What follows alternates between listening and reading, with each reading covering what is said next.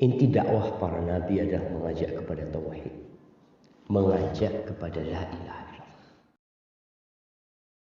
Ada memang sebagian ulama mengatakan dia menukil dari amalan masyarakat di masa dia. Misalnya ini amalan Ahlus Syam, dikerjakan oleh orang-orang penduduk Syam. Contoh meninggal hari, menuju hari. Lalu dibuatkan dalil-dalil yang bukan pada tempatnya. Ziarah ke tempat orang meninggal boleh, sunnah, taib. Baca Quran di rumah orang yang meninggal boleh apa enggak? Siapa yang larang? Boleh aja. Baca Quran bagus apa tidak? Bagus.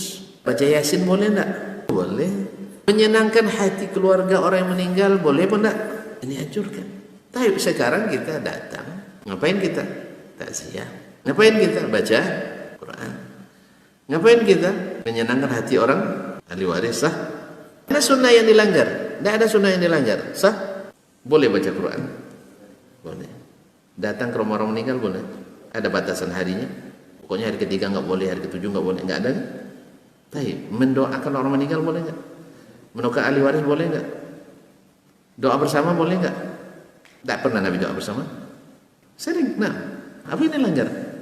Itulah perlunya ilmu untuk kaum muslimin muslimat. Jawabannya adalah yang menyatakan menganjurkan baca Quran itu siapa? Nabi. Menganjurkan ziarah ke rumah orang meninggal itu siapa? Nabi. Baik, yang menganjurkan berdoa itu siapa? Nabi.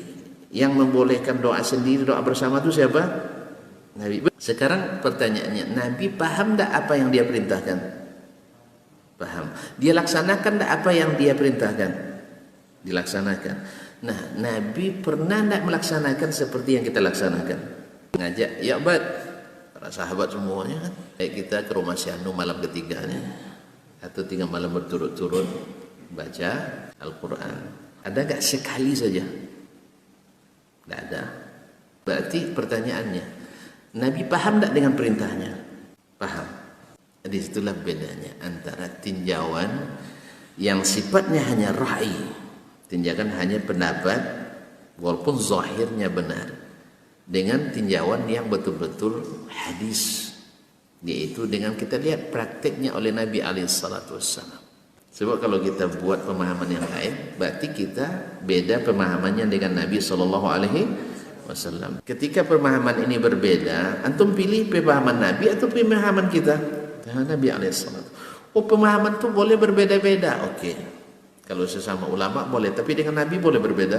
Boleh berbeda pemahaman kita dengan Nabi? Tidak boleh. Rasul lebih paham dengan hadisnya daripada kita. Makanya bila bertentangan pemahaman kita dengan yang dipahami oleh Nabi SAW, jangan ragu menuduh pemahaman kita yang tidak benar. Tapi yakinlah bahwa pemahaman Nabi lah yang benar. Kecuali kita punya keyakinan Nabi tak bawa pemahaman, hanya bawa teks saja.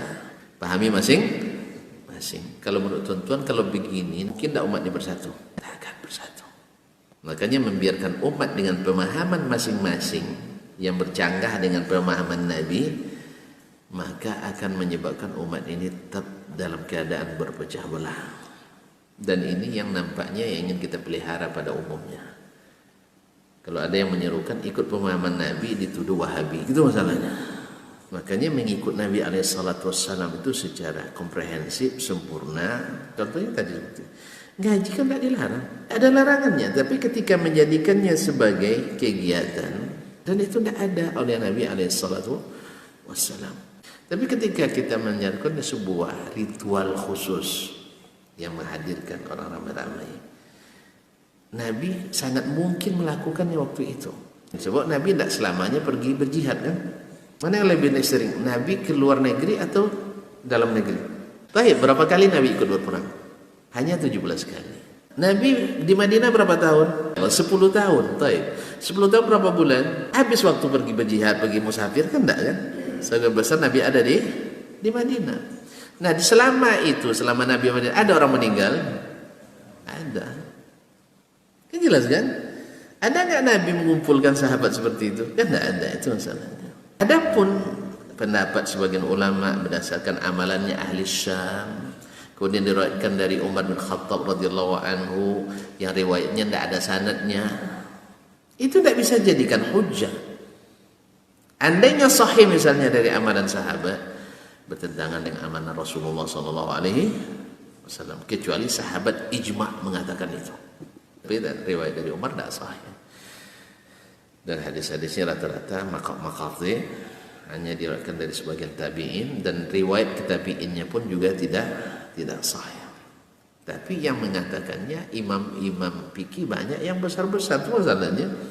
Nah, kita katakan seperti kata murid Imam Syafi'i sendiri, Harmalah ibn Yahya Tujibi, Asy-Syafi'i habibun ilaina